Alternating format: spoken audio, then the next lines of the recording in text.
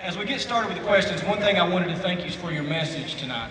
A lot of things you could have talked about, but you talked about some practical things that game changers, as you call them, that apply to the game of life, business, whatever, sports. So I want to thank you for that, and I hope everyone out here took his example that he talks about taking notes and jotted some notes down and make application of those points in your life and be a better person and a better community citizen. So thank you very much for those comments. Thank you. Thank you all. Okay, we're going to start with some questions that have been submitted from the community here, and we'll start. You mentioned your 4 neck surgeries in your speech and your recovery. Had you made peace with the fact you may never play football again? Well, I did. It was the first time I had been injured in my entire, career, and other people had faced a lot of injuries. It just hadn't happened to me yet, and so it was a different experience for me. I didn't really know exactly what I was getting into, but I did have a piece about, my brother Cooper was a wide receiver in high school with me and went to play college football at Ole Miss, and he had a neck injury and never even got to start his football career. And Cooper and I had a conversation, and he kind of said that he wanted to sort of live his dream of playing football through me. And so that was a pretty powerful conversation for me at a young age, and I realized never to take playing football for granted from that point on. So every practice, every game, you really should treat it all like it's going to be your last one, because you just don't know. So I had a good attitude, and I had a 20-year run from 15 years old as a sophomore in high school to 35 years old after 14 years in the NFL, where I had never been injured. So I never once said, boy, how can this happen to me? And I really had a good attitude about it. I was a little nervous. I was concerned because no doctor could give me an answer as to what the future was going to hold. Nobody could say, you're going to be out for this long. I had a neck injury that was causing nerve damage in my right arm, of all places. And my high school coach used to always tell me, he said, Peyton, when you're sprinting left, it'd be a heck of a lot easier if you could throw it left-handed if you were amphibious. And I think he meant ambidextrous. I never really asked him. I hope they caught that. Yeah. But I knew I should have listened to him because, basically I had to learn to throw kind of all over again. And so it took a lot of time. Going back to Coach Cutcliffe really kind of helped me. And so, but it's interesting, the 1 year that I missed my first football season was the year that Ashley and I were blessed with twins. And so maybe it was a blessing in disguise. I got to be home more with them, and I take that trade any day of the week, I can promise you that.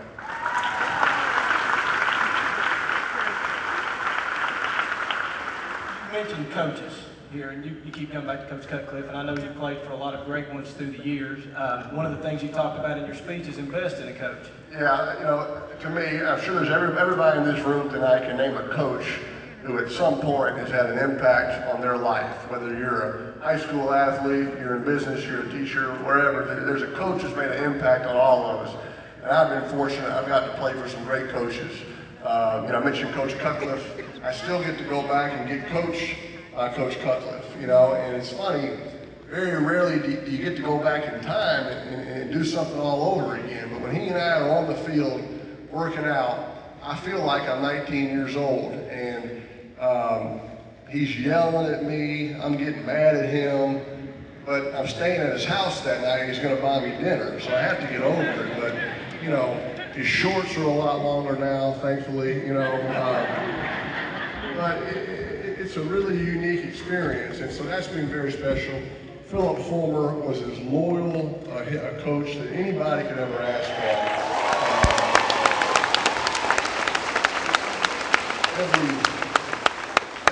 Every player or every employee would love to have a boss who was as loyal as he was. I always knew, boy, that he had my back, and to me that's really important no matter what field that you're in. Tony Dungy is every bit as good a man as you think he is. It's a different style of leadership. He's not a yeller and a screamer, but boy, he treats you like such a professional, treats you like a grown man, and you just don't want to let him down. boy, you want to make that good throw for him. You want to make that one-handed catch, that diving tackle for him, because you don't want to let him down. And so it's a different way of leadership, but very effective. And then I mentioned my high school coach. I had a great high school coach in New Orleans named Tony Reginelli. He was in the school for 46 years. He retired after my senior year. And I'm telling you, in Coach Reginelli's eyes, I never had a bad game. I remember I was 8 for 33 one night with 3 interceptions. And in the paper the next day, he said, "Yep, we had 22 drop passes, though." You know, I mean, that's the kind of guy that you want to play for, you know. And I mentioned that amphibious. He had tons of expressions like that. He used to tell us for the team picture to line up alphabetically by height. You know, that's kind of hard to do when you think about it as well. But I remember when I signed with Tennessee, many of you will remember this, Tennessee signed another quarterback that same spring named Brandon Stewart. And right away, well, the Knoxville media especially created this competition. Who's going to be the better quarterback? There's no way both of these guys can come and stay together for all 4 years. Somebody's going to win the job. Somebody's going to transfer. Who's it going to be? And this is April of my senior year in high school. I mean, it was a quick lesson of what world I was about to get into. Well, Coach Reginelli called me into his office. He says, "Well, what do you hear about this Stewart kid?" I said, "Coach, I hear he's a big-time player, 5A football in Texas. I just played AA. He's big, he's strong, he's fast, he can run and throw. Coach, you told me, though, competition's part of it. I'm going to go up there to Knoxville, give him my best shot, and hopefully it works out." "Oh, Peyton, you're going to do fine." You know, you get up there, you start lifting weights, you start eating those dorm room training table meals, you're going to put on a lot of weight. You could probably play tight end if you had to. Thanks a lot, Coach. Yeah. That worked out for JJ Watt. I always had my back, I guess. So very humbling advice. Yeah. You talked about the University of Tennessee there, and obviously a lot of orange in the crowd tonight. And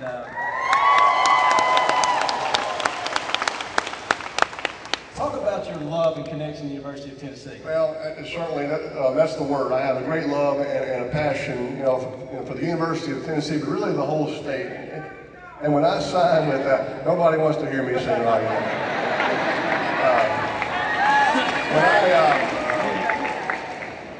When I signed with Tennessee, I really had no connections to the university or the state. My one small connection was my grandmother, who basically lived most of her life in Mississippi. My dad's mother, she was born in Humboldt, Tennessee. That was my small connection. But basically, I went up to Knoxville, didn't know a soul, and just fell in love with the university. I met Ashley. She was from Memphis, so I spent time in Memphis. I had friends in Nashville. I had friends in, East Tennessee, Chattanooga, wherever. Jeff Smith is from Mex County, not too far from here, was my offensive lineman. So I got to know people from all parts of the state and really just felt a connection and a friendship with so many different people, and it always just stuck with me. And so it was a wonderful 4 years there, and it's really been a great 21-year relationship since then of just having friends and connections, and obviously continue to support the University of Tennessee. Our charity foundation helps out programs in all parts of the state, and I've just been very proud to be just to be connected to the to Tennessee. It's been a very important relationship for me.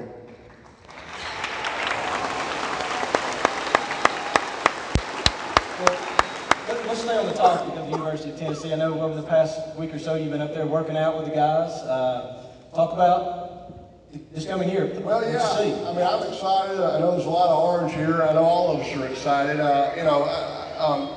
Obviously there's a lot of opinions and a lot of experts, and I'm probably not qualified, but all I can say is that winning a bowl game as a young football team, as a quarterback, for Dobbs, I think that just can do wonders for your confidence. When I was a freshman, we won the Gator Bowl that year, and it's not the biggest bowl, whatever, but boy, it just gave me a lot of confidence that year, and I can just, I got to work out with Dobbs, for 2 days, and he's coming down to our football camp that we have in Louisiana, and boy, he just seems like he's very confident right now, and I think that can really just follow the whole team. You know, winning a bowl game, knowing that you won your last game, you can carry that momentum into spring practice in the summer.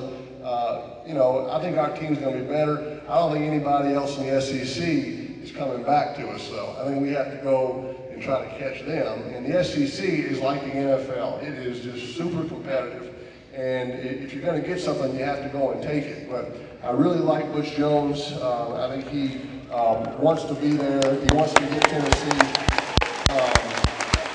back where we're used to seeing it. So, you know, I pull hard for him. It's been humbling in the locker room. And I used to, for a long time, I could kind of walk tall in the locker room, and now I got, guys from Kentucky talking trash to me, and, Georgia and Alabama. And I've been kind of eating humble pie for a few years. I'm ready to kind of start talking again. And so I'm hoping this is our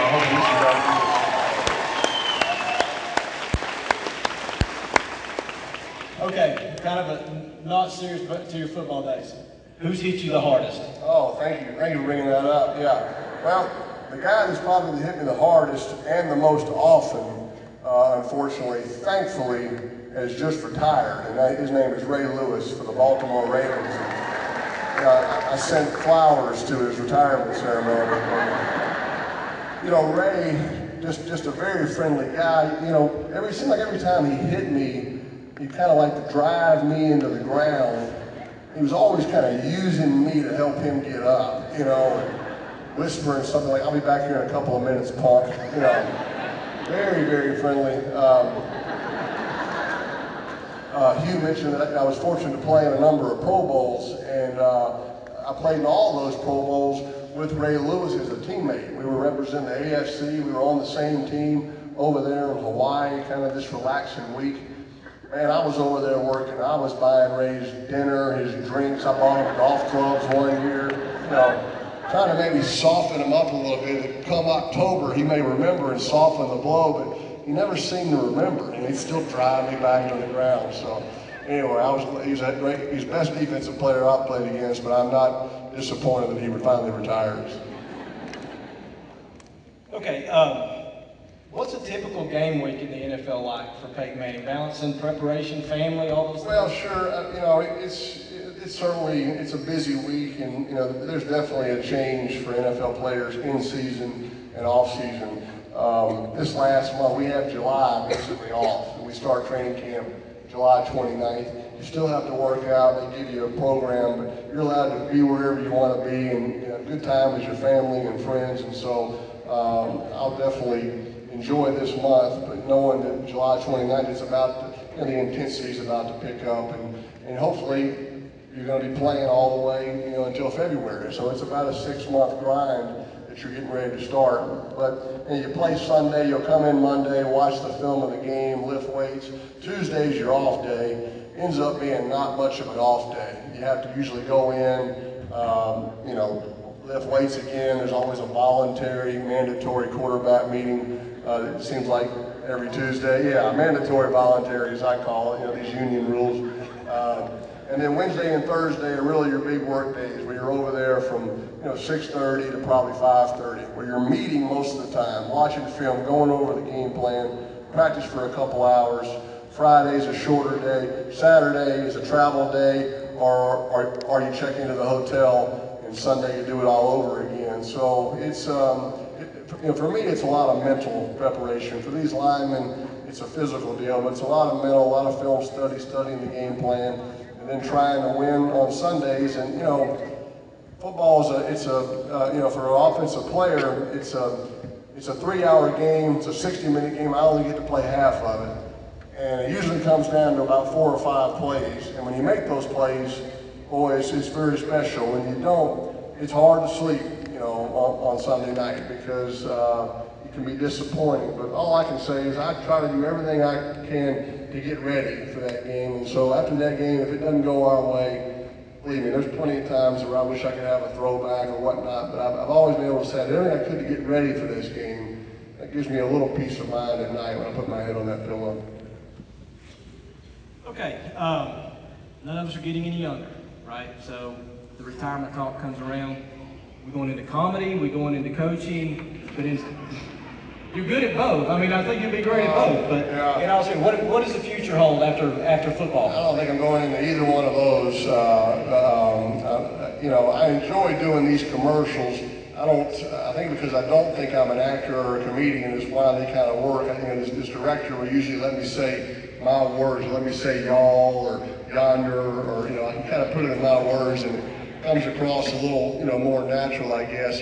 Coaching, you know, I don't think I'd be a very good coach. I enjoy teaching football. I enjoy answering a question to a young player or this football camp. You know, for some reason now, people in Tennessee like me. If I become the coach of Tennessee, you can cut that in half right away. So I think I'm not sure. It's kind of like going into politics, right? I mean, why didn't you go for it on 4th and 1? You know, what are you doing throwing it on 3rd and 1? I mean, you know, I want to keep my friends in Tennessee. Nobody would do that. Oh, yeah, nobody would call it on the radio. He doesn't know what he's doing. He should have stuck with play quarterback. He doesn't coach. So, you know, I really don't know the answer to that. You know, I certainly enjoy what I'm doing now. I think being an NFL quarterback deserves your full-time attention and deserves everything that you got. You know, I used to hear guys sometimes in the locker room would, you know, this is my first few years in the NFL, and they'd be talking about, they already knew what they were going to do when they finished playing. They were going to get into this business or get into this real estate thing. And I look at them, I'm like, you know, you're not doing your current job all that well, you know? You're not really blocking anybody right now. You dropped about 5 balls last week, you know? Let's kind of hone in on this day job a little bit more and let that real estate thing come after you retire. So I hold my teammates to a pretty high accountability rate. I hold myself to the same. So I've tried to be all in on this job, but you know, it's hard to say. Certainly football has been a big part of my life for 18 years, and so I think it can still be a part of your life, but I really don't know the answer. Here's one fan that's hoping that's several years away. Oh yeah, thank you. Oh, thanks. Last question. Okay. And remember, stick around when we're finished for the helmet auction that he's been kind enough to sign and allow us to auction off tonight.